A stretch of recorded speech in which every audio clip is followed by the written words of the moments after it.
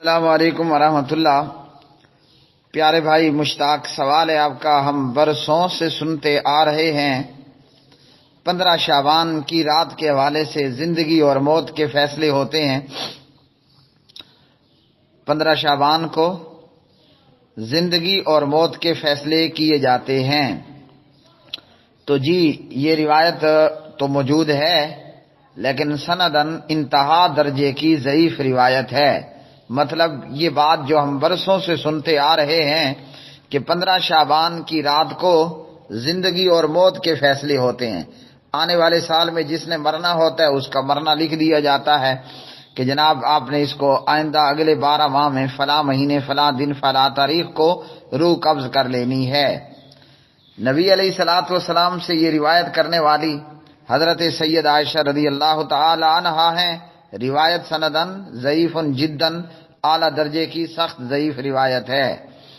روایت یہ کہتی ہے حل تدرین ما هذه اللیل، یعنی لیلۃ النصف من شعبان، قالت ما فیہا یا رسول اللہ صلی اللہ علیہ وسلم، فقال فیہا ان یکتب کل مولود من بنی آدم فی هذه السنۃ وفیہا ان یکتب کل ہالک من بنی آدم فی هذه السنۃ وفیہا ترفع اعمالهم وفیہا تنزل ارزاقهم۔ فقالت یا رسول اللہ صلی اللہ علیہ وسلم ما من احد يدخل الجنة الا برحمت اللہ تعالی، فقال ما من احد يدخل الجنة الا برحمت اللہ تعالی الى آخر الحدیث۔ نبی علیہ الصلوۃ والسلام سے نقل کیا، آپ نے فرمایا اے عائشہ کیا تو جانتی ہے یہ کون سی رات ہے، یعنی نصف شعبان کی رات۔ اماں جی نے پوچھا اے اللہ کے رسول صلی اللہ علیہ وسلم اس رات میں کیا ہوتا ہے؟ تو آپ صلی اللہ علیہ وسلم نے فرمایا اس رات اس سال پیدا ہونے والے اور مرنے والے ہر ابن آدم کا نام لکھا جاتا ہے۔ مطلب آئندہ 12 ماہ میں جس نے پیدا ہونا ہے اس کا نام لکھ دیا جاتا ہے، اور جس نے مر جانا ہے اس کو مار دیا جانا ہے، اس کی روح قبض کر لی جانی ہے، اس کا بھی نام لکھ دیا جاتا ہے۔ اس رات میں اعمال بلند کیے جاتے ہیں اور اس رات میں لوگوں کا رزق نازل کیا جاتا ہے۔ سید عائشہ نے کہا اے اللہ کے رسول صلی اللہ علیہ وسلم کیا کوئی بھی اللہ کی رحمت کے بغیر جنت میں داخل نہ ہوگا؟ تو آپ صلی اللہ علیہ وسلم نے فرمایا کوئی بھی جنت میں اللہ تعالیٰ کی رحمت کے بغیر داخل نہیں ہوگا۔ آپ صلی اللہ علیہ وسلم نے یہ بات 3 مرتبہ ارشاد فرمائی۔ تو اماں جی نے کہا اے اللہ کے رسول صلی اللہ علیہ وسلم کیا آپ بھی؟ تو آپ صلی اللہ علیہ وسلم نے اپنا ہاتھ اپنے سر پر رکھتے ہوئے فرمایا ہاں میں بھی، سوائے اس کے کہ مجھے رب تعالیٰ کی اللہ تعالیٰ کی رحمت ڈھانپ لے۔ آپ صلی اللہ علیہ وسلم نے 3 مرتبہ یہ کلمات کہے۔ اب یہ بات ہم برسوں سے سنتے آ رہے ہیں، اور اس روایت کو امام بہقی نے روایت کیا، اور انہی کے حوالے سے یہ روایت مشکات میں بھی موجود ہے۔ اب یہ روایت سندن سخت ضعیف ہے، اس کی سند انتہا درجے کی ضعیف سند ہے، کیونکہ اس میں ایک راوی ہے خلف بن محمد، اسے امام ابو یعلا نے اور اسی طرح دیگر نے ضعیف بتلایا ہے، اور ضعیف بھی ضعیف جداً سخت درجے کا ضعیف ہو، تو اس کی سند انتہائی ضعیف ہے، اور اس میں موجود ایک راوی خلف بن محمد جو کہ بے حد ضعیف راوی ہے۔ اور امام ابو یعلا فرماتے ہیں کہ یہ راوی انتہا درجے کا ضعیف ہے، اور یہ ایسی ایسی روایات لے کر آتا ہے کہ جو ثقہ راویوں سے روایت نہیں کی گئی ہوتی، منقول نہیں ہوتی۔ اور یہی بات امام ذہبی رحمہ اللہ تعالی نے کہی۔ تو 15 شعبان کی رات کو زندگی اور موت کا فیصلہ ہوتا ہے اور رزق نازل کیا جاتا ہے، تو یہ بات جو ہم برسوں سے سنتے آ رہے تھے گڑنتو اور من گھڑت نکلی۔ 15 شعبان کے حوالے سے کچھ یا شعبان کے حوالے سے کچھ روایات صحیح بھی ہیں، جو کہ انشاءاللہ میں 2-3 دن بعد جو آنے والا خطبہ جمعہ ہے اس میں تفصیلاً بیان کر دوں گا بمائے اس روایت کے۔ اور اسی طرح 15 شعبان کو زندگی اور موت کا فیصلہ ہوتا ہے، تو یہ بات درست نہیں ہے، اس لیے ڈرنے کی ضرورت نہیں ہے۔ موت جب آئے گی وہ اپنے وقت پر آ جائے گی، نہ وہ ایک لمحہ آگے کو ہوگی نہ وہ ایک لمحہ پیچھے کو ہوگی۔ اب لوگ 15 شعبان کو کیا کر رہے ہوتے ہیں؟ رات کی عبادت کرتے ہیں اور دن میں روزہ رکھنا شروع کر دیتے ہیں، تو یہ بھی آئندہ خطبے میں بیان ہوگی، لیکن ابھی بھی بتائے دیتا ہوں۔ 15 شعبان کی رات کو عبادت کرنا اور دن کو روزہ رکھنا، اس روایت کے تعلق سے جو کہ ابن ماجہ میں 1388 نمبر پر ہے، علامہ محمد ناصر الدین البانی رحمہ اللہ فرماتے ہیں ضعیف جداً، سخت درجے کی ضعیف روایت ہے۔ اس روایت کے راوی جناب حضرت علی بن ابی طالب علیہ السلام ہیں۔ اذا كانت ليلة النصف من شعبان فقوموا ليلها وصوموا نهارها فإن الله ينزل فيها لغروب الشمس إلى سماء الدنيا فيقول ألا من مستغفر لي فأغفر له إلى آخر الحدیث۔ علامہ البانی رحمہ اللہ نے فرمایا کہ یہ 15 شعبان کی رات کو قیام کرنا اور 15 شعبان کی دن کو روزہ رکھنا ضعیف جداً، سخت درجے کی ضعیف روایت ہے، او موضوعاً یا پھر من گھڑنتو روایت ہے۔ تو میرے سارے سننے والے مسلمان بھائیوں اور بہنوں، وہ اعمال کریں کہ جو اعمال محمد الرسول اللہ صلی اللہ علیہ وسلم کی سنت اور حدیث سے ثابت ہوں۔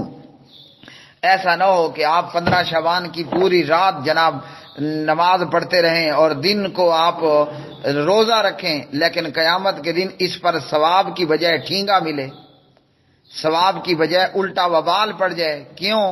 کہ اللہ سبحانہ و تعالیٰ نے بڑے واضح طور پر قرآن مجید فرقان حمید کے اندر یہ ارشاد فرما دیا، قُلْ هَلْ نُنَبِّئُكُمْ بِالْأَخْسَرِينَ أَعْمَالًا الَّذِينَ ضَلَّ سَعْيُهُمْ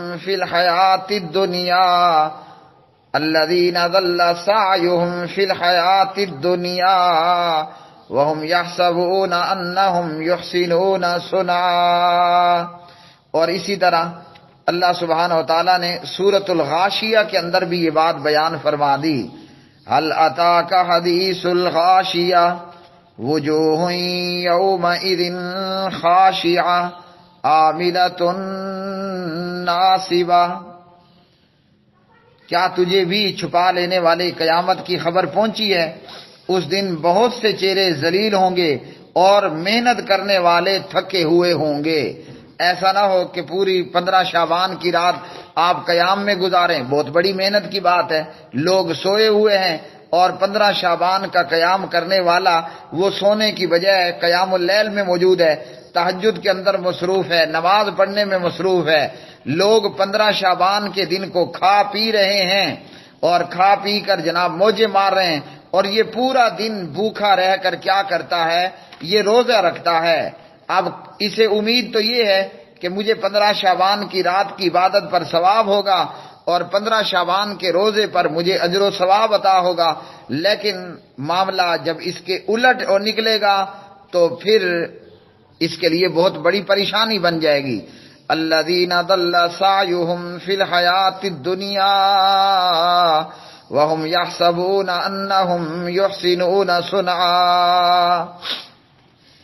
فرمایا وہ جن کی دنیاوی زندگی کی تمام تر کوششیں بیکار گئیں اور وہ اسی گمان اور خیال میں رہ گئے کہ وہ بڑے اچھے کام کر رہے ہیں، تو 15 شعبان کی رات کو قیام کرنے والا سمجھتا تو یہ ہے میں بڑا نیکی کا کام کر رہا ہوں، دن کو روزہ رکھنے والا سمجھتا تو یہ ہے کہ میں بڑا کوئی اچھا اور نیکی کا کام کر رہا ہوں، لیکن قیامت کے دن کیا ہوگا؟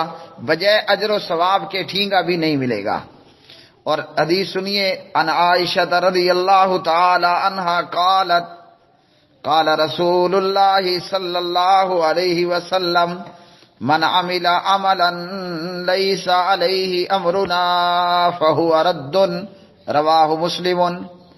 جس نے کوئی عمل کیا اور اس عمل پر ہمارا امر نہ ہوا، ہمارا حکم نہ ہوا، وہ مردود ہے۔ تو 15 شعبان کی رات کا قیام نبی علیہ السلام کا نہ حکم ہے نہ عمل ہے۔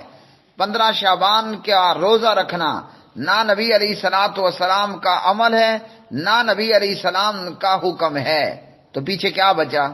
جیسے علامہ البانی رحمہ اللہ اور دیگر نے بتلایا کہ یہ 15 شعبان کی رات کی عبادت، دن کا روزہ، 15 شعبان کی رات کو زندگی اور موت کے فیصلے، رزق کا نازل ہونا، اور یہ تمام باتیں کیا ہیں؟ یہ من گھڑت ہیں، گڑنتو ہیں۔ تو گڑنتوں پر عمل نہیں کرنا، سنت پر، حدیث پر عمل کریں جو ثابت شدہ ہو۔ یہ مت دیکھا کریں کہ ہم برسوں سے کرتے چلے آ رہے ہیں، ہمارا ابا بھی کرتا تھا، ہماری اماں بھی کرا کرتی تھی۔ اللہ سبحانہ و تعالیٰ نے آپ سے آپ کے متعلق پوچھنا ہے۔ کوئی اگر اللہ کو یہ جواب دینے کھڑا ہو گیا کہ میرا ابا اس طرح کرتا تھا، میرا نانا، میرا اماں اس طرح کرتی تھی، یہ جواب آپ کا ریجیکٹڈ ہوگا۔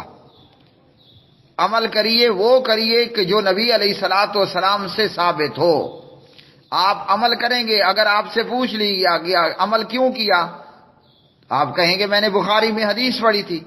آپ سے پوچھا جائے گا یہ آپ نے عمل کیوں کیا، اگر آپ جواب دیتے ہیں میں نے مسلم میں حدیث پڑھی تھی، تو سبحان اللہ آپ کے وارے نیارے ہوں گے، ہر نیکی پر 10 گنا اور 700 گنا اور اس سے زیادہ اجر و ثواب حاصل ہوگا۔ تو 15 شعبان کو زندگی موت کے فیصلے، 15 شعبان قیام اور روزہ، یہ من گھڑت ہے، برسوں سنی ہوئی یہ بات جھوٹ نکلی۔ آج ہمارا کام یہ ہے کہ ہم اس جھوٹ کو چھوڑ دیں اور سچ کی طرف آئیں۔ مزید تفصیل کے لیے آنے والا خطبہ جمعہ سماعت فرمائیں۔